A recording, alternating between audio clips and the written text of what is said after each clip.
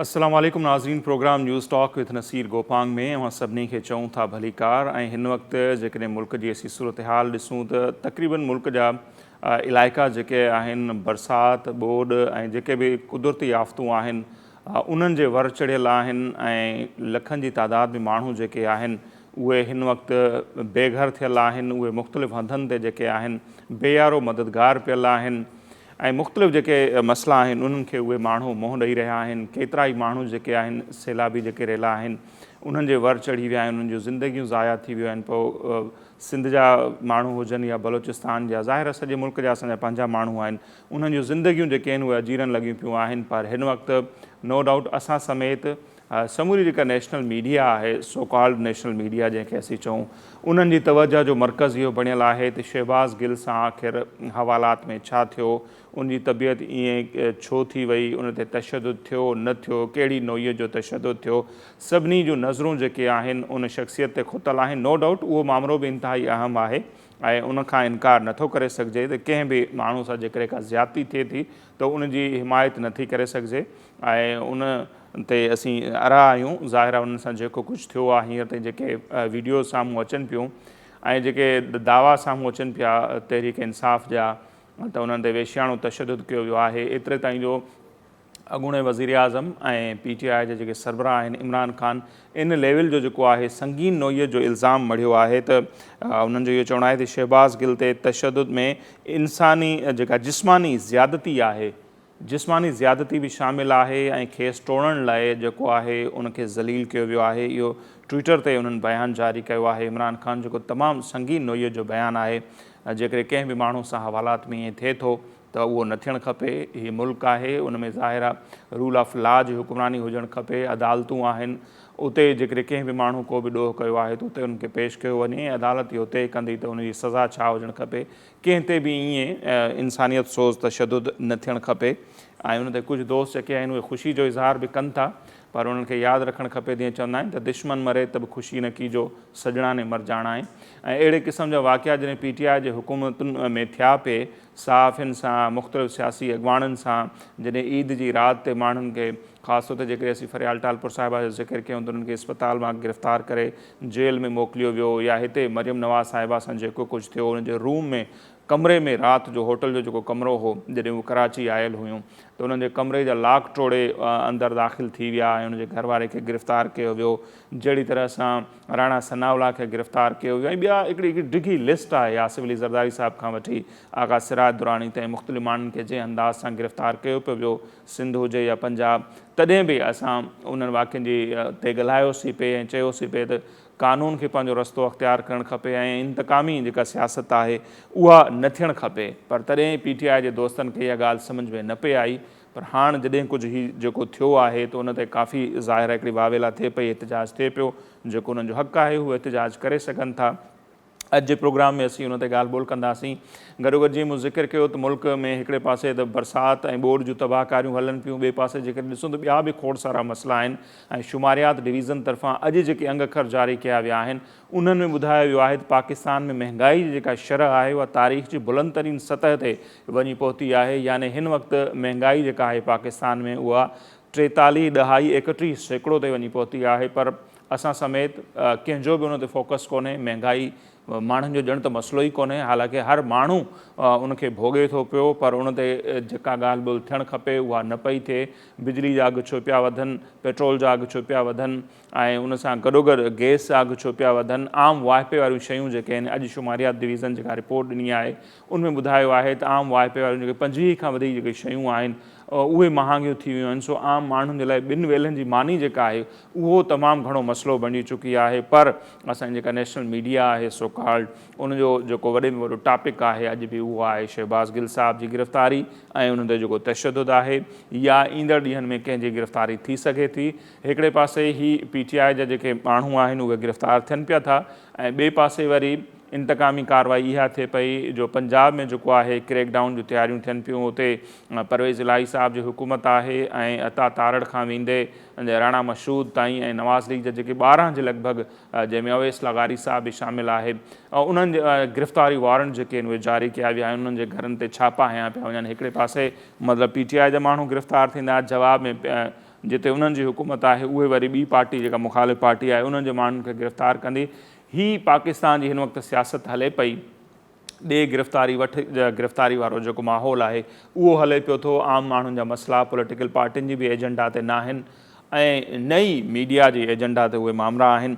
अॼु प्रोग्राम में असीं हुन ते ॻाल्हि ॿोल कंदासीं त ईअं छो आहे। गॾोगॾु असीं ॻाल्हि ॿोल कंदासीं PTI जा जेके सरबराह आहिनि इमरान ख़ान साहिबु, उन्हनि जा जेके बयान आहिनि ॿ ॾींहं पहिरियां जेका उन्हनि ॻाल्हि ॿोल कई, जेको उन्हनि ख़िताबु कयो, हिकिड़ो सेमिनार हो। ऐं वॾी ॻाल्हि त हाणे इमरान ख़ान साहिब खे मीडिया जी आज़ादी जेका आहे उहा बि अज़ीज़ थी वई आहे। सुठी ॻाल्हि आहे। देरि आहे दुरुस्त आहे, उहो बि उनखे अहसासु थिए पियो त मीडिया खे आज़ादु हुजणु खपे ऐं मीडिया जी आज़ादी जो उन्हनि ॿ ॾींहं पहिरियां जेको आहे ॼहाड़ो मल्हायो, हिकिड़ो सेमिनार कोठायो ऐं उन सेमिनार में एज़ यूजुअल उहो ई थियो त उन्हनि जी जेके पसंदि जा सहाफ़ी आहिनि उन्हनि खे ई सिर्फ़ु इनवाइट कयो वियो हो ऐं उन्हनि ते जेके मसइला उन्हनि सां दरपेश आहिनि उन्हनि खे उहे सम्झनि पिया त मीडिया जी आज़ादी जे ख़िलाफ़ु आहे। बाक़ी उन्हनि जे दौर में अबसार आलम खां वठी मतीउल्ला जान ताईं ऐं जेको बि कुझु थींदो रहियो सहाफ़ियुनि सां, ऐं सिंध में जेकॾहिं ॾिसूं त मेमण साहिब जो अज़ीज़ मेमण जो हिते मर्डर थी वियो, संजय जेके लोलाणी आहिनि घोटकी में सहाफ़ी क़तलु थी विया, इहे मामला उन्हनि जी एजेंडा जो हिसो ई न हुआ कॾहिं। ऐं हाणे उन्हनि खे मीडिया जी आज़ादी जो बि तमामु घणो ख़्यालु थिए थो, फ़िक्रमंद आहिनि काफ़ी ख़ान साहिब ऐं उन्हनि गुज़िरियल ॾींहुं मीडिया जी आज़ादी जो ॼहाड़ो बि मल्हायो। सुठी ॻाल्हि आहे, पर गॾोगॾु उन्हनि खे इहो बि यादि रखणु खपे त उन्हनि जे दौर में ई पीका ऑर्डिनेंस जहिड़ा जेके कारा कानून आहिनि उहे लागू कया विया हुआ मीडिया ते बंदिश जे हवाले सां। इमरान ख़ान साहिब जे दौर में न रुॻो सहाफ़ियुनि ते टार्चर थिया, उहे लापता कया विया, उन्हनि ते तशदुद कयो वियो, उन्हनि घणनि खे क़तलु कयो वियो, पर एतिरे ताईं जो नामियारा जेके सहाफ़ी हुआ उहे आफ़ियर कया विया हुआ। तॾहिं ख़ान साहिब कॾहिं बि को मज़म्मती ट्वीट कोन कयो, पर हाणे उहे सहाफ़ जी आज़ादी जा ॼहाड़ा बि मल्हाइनि पिया था।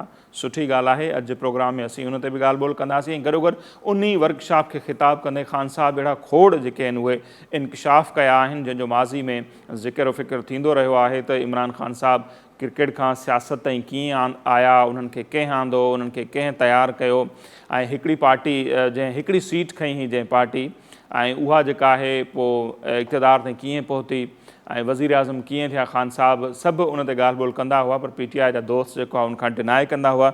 गुज़िरियल ॾींहुं जेको उन्हनि वर्कशॉप खे ख़िताबु कयो उन में उन्हनि पाण उन ॻाल्हि जो एतिराफ़ु कयो त कीअं मुख़्तलिफ़ इदारनि जेको आहे उनखे तयारु कयो, कीअं उनखे मुख़्तलिफ़ पॉलिटिकल पार्टियूं ऐं उन्हनि जे जेके हेड आहिनि उन्हनि जे हवाले सां रिपोर्टूं हू पेश कंदा। उन्हनि इदारनि जा उन्हनि नाला खयां त मुबैना तौर ते पीपल्स पार्टी या नवाज़ लीग जी क़यादत जेका मुबैना तौर ते करप्शन कई पे, फलाणा फलाणा इदारा जेके आहिनि हू उन हवाले सां अची उन्हनि खे रिपोर्टूं पेश कंदा हुआ। इहो ख़ान साहिबु ॿुधायो, उन ते असीं ॻाल्हि ॿोल कंदासीं। ऐं गॾोगॾु उन्हनि शिकायतूं त खोड़ कयूं इस्टेब्लिशमेंट सां, पर गॾोगॾु उन्हनि ईअं खणी चइजे त उन्हनि खे हिकिड़ी दरख़्वास्त बि कई। उन्हनि खे इहो बि चयो त ग़लती आहे, ठीकु आहे, थी वेंदी आहे। न्यूट्रल्स खे हू चवनि था त जेकॾहिं उन्हनि खां का ग़लती थी आहे त हाणे बि वक़्तु नाहे वियो ऐं हू पंहिंजी उन ग़लती ते नज़रसानी कनि। नज़रसानी मां मुराद इहा आहे त उन्हनि खे जेको इक़्तिदार खां कढियो वियो आहे उन्हनि खे वापसि इक़्तिदार में आणण जे लाइ कुझु कयो वञे, हींअर न त ईंदड़ जेको सेटअप हुजे, जेका इलेक्शन थिए त अहिड़ी का राह हमवार कई वञे जो ख़ान साहिब ॿीहर इक़्तिदार में अचनि। सो छा ही माण्हू ट्रस्ट जोॻो आहे, उन ते ॿीहर मुल्क जा माण्हू या इदारा एतबार करे सघनि था जेके सरेआम ईअं अची ॻाल्हियूं कनि था। ऐं सीक्रेट एक्ट जेको आहे पाकिस्तान जो हिकिड़ो आहे उन ते जेको माण्हू अमल नथो करे, जेको पंहिंजो जलसनि में अची इहो चए त आर्मी चीफ मूंखे चवे थो त मौलाना फज़लुर रहमान खे डीज़ल न सॾींदा कयो, पर आउं डीज़ल उनखे सॾींदुसि। मतिलबु बंदि कमरे में जेका हिकिड़ी ॻाल्हि थिए थी जलसे में अची उनखे चवनि था, जॾहिं अञा हू वज़ीर आज़म हुआ। ही तॾहिं जी ॻाल्हि आहे। उनखां पोइ जॾहिं हू इक़्तिदार खां हटिया आहिनि त मुसलसल इदारनि खे जीअं हू हिट कनि पिया था ऐं उहे ॻाल्हियूं जेके बंदि कमरनि में थींदियूं ऐं खोड़ सारा सिक्योरिटी जा मामला जेके आहिनि उन्हनि खे हू अची पब्लिक कनि था। सो छा ही एतमाद जोॻो माण्हू आहे? जीअं हाणे हू शिकायत कनि पिया था त इलेक्शन कमीशन जो जेको सरबराह आहे उन्हनि जो नालो उन्हनि खे न्यूट्रल्स ॾिनो हुयो ऐं न्यूट्रल्स हू पाण तशरीह बि कनि था त उन मां उनजी मुराद छा आहे। सो हाणे हू ॿुधाईंदा त न्यूट्रल्स उनजो नालो ॾिनो हो, हू त उनखे सुञाणींदा कोन हुआ। पहिरियां मौलाना फज़लुर रहमान साहिब वारी ॻाल्हि कई, गुज़िरियल ॾींहुं वर्कशॉप में हुन ॿुधायो त कहिड़ो इदारो करप्शन जा फाइल खणी अची उन्हनि खे ॾींदो हो, फलाणा फलाणा माण्हू जेके आहिनि या फलाणियूं पार्टियूं उन्हनि जा हेड ही करप्शन कनि था पिया। सो इक़्तिदार खां ॿाहिरि अचण खां पोइ हू सरेआम जंहिं अंदाज़ सां उहे सीक्रेट एक्ट जी जीअं भञकड़ी करे थो पियो त उहो माण्हू छा एतबार जोॻो आहे, उन ते एतबार करे सघिजे थो या न, उहे ऐं उन सां रिलेटेड ॿिया खोड़ सारा मामला आहिनि जेके असीं अॼु प्रोग्राम में डिस्कस हेठि आणींदासीं। जी नाज़रीन, उन समूरी सूरत-हाल ते पाण वधी ॻाल्हि ॿोल कंदासीं। इस्लामाबाद मंझां सीनियर सहाफ़ी ऐं तर्जुमे निगार सैयद इफ्तिखार शिराजी साहब असां सां टेलीफोन लाइन पे मौजूद हैं। बहुत शुक्रिया इफ्तिखार शिराजी साहब, आपने हमें वक्त दिया। शिराजी साहब, आपसे समझना चाहेंगे, इस वक्त हम देख रहे हैं कि मुल्क में बहुत बड़े बड़े इशूज़ हैं। ख़ास तौर पर अगर हम देखें तो पंजाब हो, बलूचिस्तान हो, सिंध के मुख्तलिफ जो एरियाज़ हैं, वहाँ पर लाखों की तादाद में लोग जो हैं वो बेघर हो चुके हैं सैलाब और बारिशों की वजह से। लेकिन हमारी जो पॉलिटिकल पार्टीज़ हैं उनकी एजेंडा पर ये लोग नहीं हैं। हमारी पॉलिटिकल पार्टीज़ इस वक्त जिस एजेंडा के गिर्द घूम रहे हैं वो ये है कि इस्टेब्लिशमेंट के नज़दीक कौन सी पार्टी है, या शहबाज गिल साहब की जो गिरफ्तारी है वो बड़ा एजेंडा बना हुआ है पॉलिटिकल पार्टीज़ के लिए भी, और हमारी जो सो कॉल्ड नेशनल मीडिया है उसके लिए भी। उस पर आपका मौक़िफ़ जानना चाहेंगे। और उसके साथ साथ जो एक अफसोसनाक सूरत हाल ये है कि इस वक्त मुल्क में महंगाई की जो शरह है वो आज शुमारियात डिवीज़न ने रिपोर्ट जारी की है कि 43% तक पहुँच चुकी है, जो बुलंद तरीन सतह है पाकिस्तान की तारीख में। महंगाई इतनी बढ़ चुकी है कि आम लोग जो हैं 2 वक्त का खाना नहीं खा सकते। लेकिन वो हमारी पॉलिटिकल पार्टीज़ वो इक़्तिदार में हों या अपोजिशन में, उनकी एजेंडा का हिस्सा नहीं है। तो ये जो सियासत हो रही है इसको आप किस तरह देखते हैं? ठीक कह रहे हैं नज़ीर, आपने बड़े अहम नुकात उठाए हैं। लेकिन ये भी आपको जहन में रखना चाहिए कि इस मुल्क के अंदर जो नेशनल मीडिया का एजेंडा है वो मुल्क की सियासी क़यादत गोया कि तय करती है। अगर वो इस वक्त क्लाइमेट चेंज के इशू को डिस्कस कर रहे होते, अगर वो इस मुल्क के अंदर नेशनल कैलेमिटीज़ को डिस्कस कर रहे होते और उस हवाले से इक़दाम दे रहे होते, अगर आज इस मुल्क के अंदर प्राइम मिनिस्टर हंगामी इजलास कर रहे होते, इस मुल्क के चारों चीफ मिनिस्टर और जीबी और कश्मीर के हुकाम भी बैठे होते और सूरत हाल कुछ इस तरह की होती, तो यकीनी तौर पे मीडिया का रुख वही होता।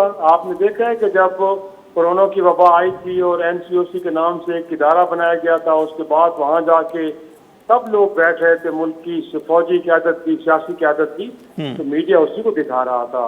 बड़ी बदनसीबी है कि यहाँ से हमारे सियासतदान गोया के एक नूरा कुश्ती जो सियासी चल रही है उसको फोकियत दे रहे हैं, उसको डिस्कस डिबेट कर रहे हैं, उनका तमाम जो फोकस है उसी पे है।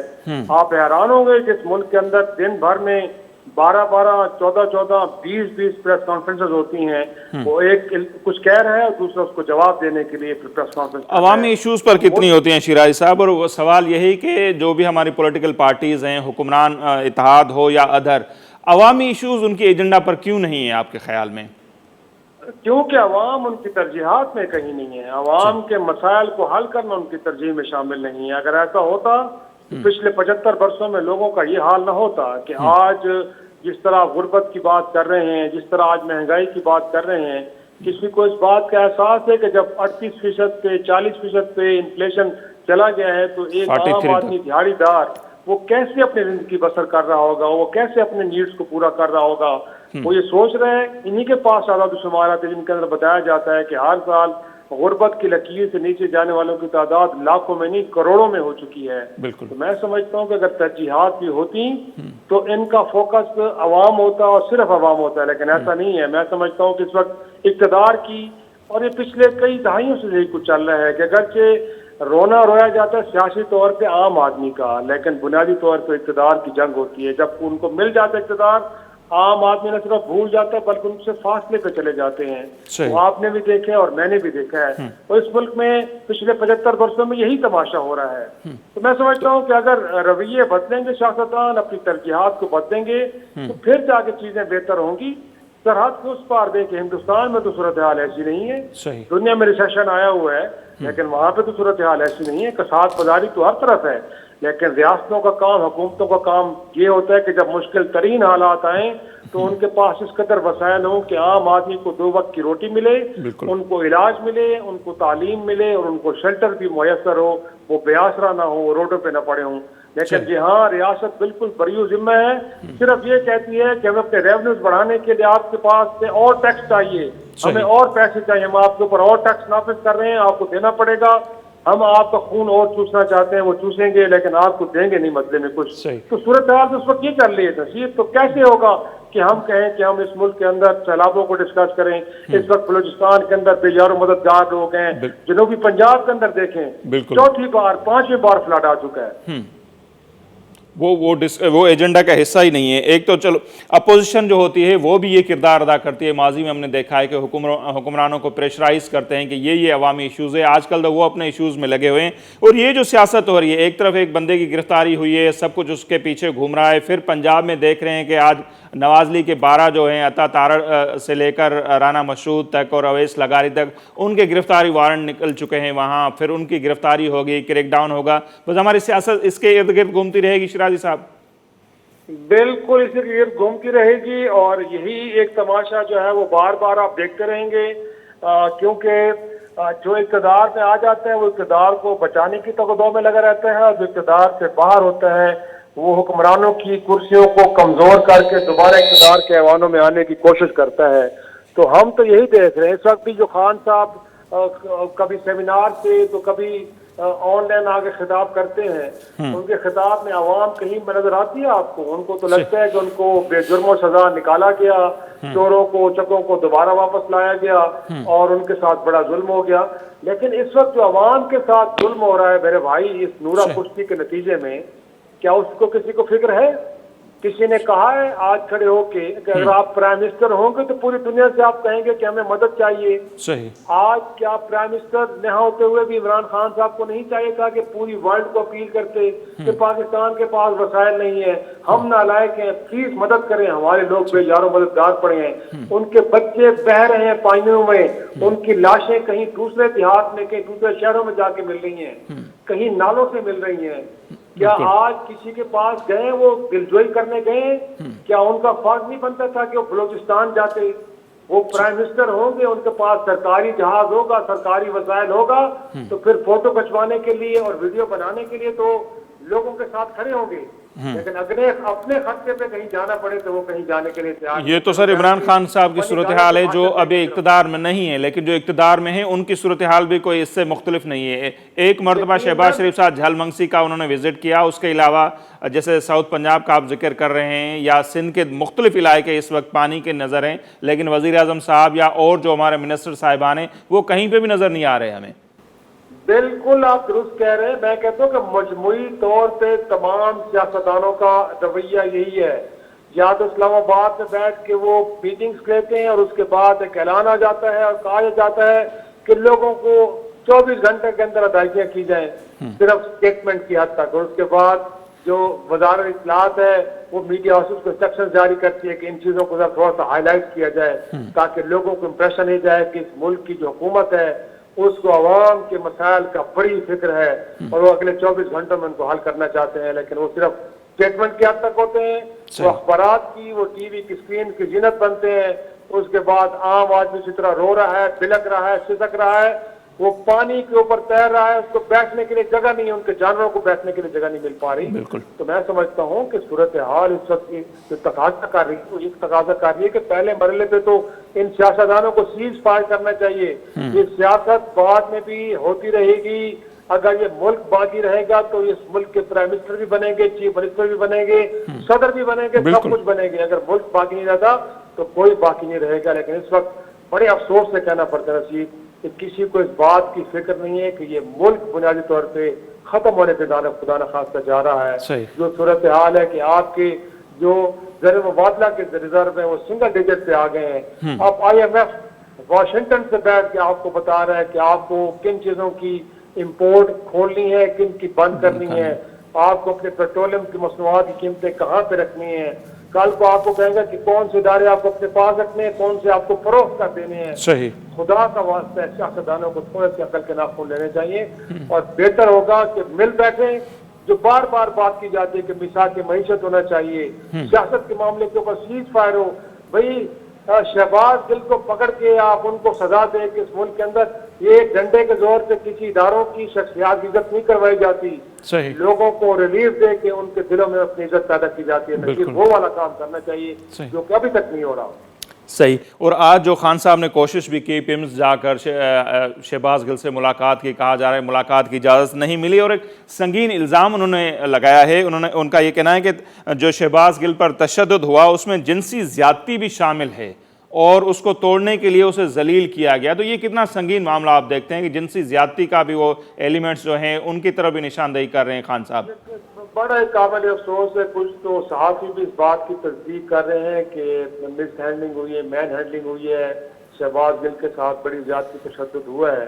تو میرا خیال میں یہ تو وہ لوگ جس وقت حکومت میں بیٹھے ہیں جن کے اندر مولانا فضل الرحمان صاحب جن کا دین کے ساتھ کچھ زیادہ گہرا رشتہ ہے، اور خود وہ جو پرائم منسٹر ہیں جو بڑے اپنے آپ کو ڈاؤن ٹو ارتھ تصور کرتے ہیں اور کہتے ہیں کہ جی بڑے وہ حلیم طبیعت کے آدمی ہیں، اگر ان کے ہوتے ہوئے یہ سب کچھ ہوا ہے تو میں سمجھتا ہوں کہ خود ان کے لیے بڑا ایک شرمناک عمل ہے، اس ملک کے لیے اور اس ملک کی جمہوریت کے لیے بھی ہے. تو ان کی آزادانہ تحقیقات ہونی چاہیے اور جو حقائق ہیں ان کو سامنے آنا چاہیے. اب زیادہ مزید ریمانڈ لے کے نصیر کیا کرنا چاہ رہے ہیں، کیا اچیو کرنا چاہ رہی ہے حکومت؟ میرے خیال میں اگر ان کے خلاف ان کی اسپیچ ہی سب سے بڑا ایویڈنس ہے تو مقدمہ چلائیں اور عدالتوں کو دیکھیں کہ وہ کیا فیصلہ کرتی ہے. رادر یہ کہ اب 8 دن کا 10 دن کا اب ریمانڈ مانگ کے مزید کیا کرنا چاہ رہے ہیں. تو میں سمجھتا ہوں کہ بڑی بدنصیبی ہے. اور دوسرا یہ ہے کہ یہ انسانی حقوق کا مسئلہ ہے. کوئی ابھی ملزم ہے، اس سے کوئی ملنا چاہتا ہے، اس کے فیملی کے ممبر یا ان کے کوئی دوست، ان کے وکلاء، یہ فری ایکسیس ہونا چاہیے تھا جو نہیں دیا گیا. اگین یہ اس بات کی غبازی کرتا ہے کہ ہم نے اپنے طور طریقے نہیں بدلے، ہم وہی لا کو وائلیٹ کر کے چیزوں کو خود اپنے تئیں مینیج کرنا چاہ رہے ہیں. تو اگر یہ سلسلہ چلتا رہے گا تو میں سمجھتا ہوں کہ عام آدمی کو بھی ایک بڑا غلط میسج دے رہے ہیں. اس ملک کے اندر جو رول آف لا کی جنگ لڑی جا رہی ہے نا، آپ اس کو بھی نقصان پہنچا رہے ہیں. میں تو یہی کہوں گا. صحیح. اچھا شیرازی صاحب، کل جیسے آپ نے دیکھا کہ خان صاحب نے ایک تو ہے انٹرنیشنل لیول پر صحافت کے آزادی کا دن منایا جاتا ہے، کل خان صاحب نے صحافت کی آزادی کا دن منایا، تو اس کو آپ ایز اے جرنلسٹ کس طرح دیکھتے ہیں؟ اور اس میں وہی صحافی آئے جو ظاہر سی بات ہے ان کو زیادہ عزیز ہیں، اور خان صاحب صحافت کی آزادی کی اگر بات کریں جنہوں نے خود پیکا آرڈیننس لائے اور جن کے دور میں متی اللہ سے لے کر ابصار عالم تک اور کتنے صحافیوں پر حملے ہوئے، لاپتہ کیے گئے، کچھ تو قتل بھی ہوئے، عزیز میمن ہو گئے، سنجے لونانی صاحب گھوٹکی میں قتل کر دیے گئے تھے ان کے ہی دور میں، لیکن آج وہ صحافت کی آزادی کے بڑے چیمپئن بن رہے ہیں یا لیکچر دے رہے ہیں، تو آپ کو کیسا لگا یہ؟ بس ہنسی آ رہی تھی یہ سن کے کہ یہ ہمارے سیاستدانوں کو آزادی صحافت اس وقت یاد آتی ہے کہ جب یہ اپوزیشن میں ہوتے ہیں، جب یہ خود سڑکوں پہ ہوتے ہیں، جب ان کو اپنی آواز بلند کرنی ہوتی ہے اور میڈیا ہاؤسز میں ان کو اپنی جگہ چاہیے ہوتی ہے، تو پھر ان کو خیال آتا ہے کہ اس ملک کے اندر جو ہے وہ صحافی کو آزاد ہونا چاہیے، آزادی اظہار رائے ہونی چاہیے اور کسی قسم کی قدغن نہیں ہونی چاہیے. کیونکہ ان کو پتہ ہوتا ہے نا کہ اگر آزادی اظہار رائے ہوگا تو پھر یہ جو گفتگو کریں گے ان کو کہیں میڈیا کے اندر جگہ مل پائے گی، اگر نہیں ہوگی تو پھر ان کی بات تو کوئی نہیں سنے گا. پھر تو وہ صدا بہ صحرا ہوگی نا کہ اگر آپ صحرا میں کوئی آواز لگاتے تو کوئی سننے والا نہیں ہوتا. تو میں سمجھتا ہوں کہ اس وقت بھی جو بات کی جا رہی ہے بنیادی طور پہ اپنے پیٹ کا درد ہے. اگر یہ بات کریں گے تو کہیں میڈیا ہاؤسز میں اپنے لیے جگہ بنا پائیں گے. اگر آزادی صحافت کا اتنا خیال تھا تو 4.25 برس تک وہ حکمران رہے ہیں. کچھ ایسے قوانین بنا دیے جاتے کہ جس کے نتیجے میں ریاست اگر کوئی ایسی حرکت کرتی بھی صحیح تو قانون حرکت میں آتا اس کو روکتا، لیکن ایسے کوئی قانون نہیں ہے. جرنلسٹ پروٹیکشن بل آپ کے سامنے کتنے دیر تک پڑا رہا، ادھر سے ادھر ذلیل و خوار ہوتا رہا، کسی نے اس کو ہاتھ نہیں لگایا، نہ اس کے اوپر کوئی قانون بنا، نہ آج عام جو ساتھی ہے میں اور آپ اگر کسی میڈیا ہاؤس کے اندر ہیں اور اگر ہم آزادی صحافت کو میک شور کرنے کی کوشش بھی کریں گے تو ہماری نوکریوں کو تحفظ دینے کے لیے کوئی قانون نہیں ہے موجود. نظیر تو عمران خان صاحب بات کریں، یہ کل بیٹھ کے ہماری وزیر اطلاعات صاحبہ بھی کچھ تصاویر چلا کے آزادی اظہار اور کچھ وہ باتیں کر رہی تھی، تو بڑا افسوس ہوتا ہے کہ اس کے اوپر بھی سیاست ہو رہی ہے. جس نے کل کو غلطی کی آج کوئی حکومت بیٹھ اس کی غلطی کو ہائی لائٹ کر رہا ہے، لیکن آزادی صحافت کو میک شور کرنے کے لیے قانون کوئی نہیں بنا رہا. نہ حکومت بیٹھی جماعتیں اور نہ جو اپوزیشن کے جو پارلیمان کا حصہ ہے کرے کوشش نہ کو بل لے کے جائیں اور اس بات کو یقینی بنائیں کہ اس ملک کے اندر آزادی صحافت کے اوپر کوئی حملہ کرے گا تو اس کے بھی آرٹیکل 6 ہونا چاہیے، اس کو بھی ویسی سزا دیں. کیونکہ جس ملک کے اندر آزاد آوازوں کو دباتے ہیں یہ پہلی اینٹ رکھتے ہیں اس ملک کی بربادی اور تباہی کی. تو اگر کوئی ایسی بات ہو رہی ہے تو اٹھیں اس کے لیے اور ایک قانونی جنگ لڑیں نا. پھر آپ وہ جنگ تو آپ لڑتے نہیں ہیں، سیمینار میں کھڑے ہو کے تقریر کر کے آپ گھر چلے جاتے ہیں، ایسا نہیں ہوتا. صحیح. بہت شکریہ سید افتخار شیرازی صاحب، آپ نے ہمارے لیے وقت نکالا. ناظرین سینئر صحافی تجزیہ نگار اینکر آہن افتخار شیرازی صاحب، انہوں جو موقف ہوا جو ساموں آہد عوامی معاملہ ہکڑے پاسے آہن ڈسکس کچھ بیو پیو تھے، پو حکمران اتحاد اگو ہوجے یا اساں جی مخالف دھر جکا ہے उहे सभु जेके आहिनि पंहिंजी जेका रसाकशी आहे उन में लॻा पिया आहिनि ऐं आवाम जा जेके मामला आहिनि उहे अफ़सोस सां चवणो थो पइजे त उहे मसइला जेके आहिनि कंहिं बि पॉलिटिकल पार्टी जे एजेंडा जो हिसो असांखे नज़र नथा अचनि। हिते मुख़्तसर ब्रेक वठंदासीं ऐं ब्रेक खां पोइ वापसि ईंदासीं त वधीक उन मामले ते वधीक ॻाल्हि ॿोल कंदासीं।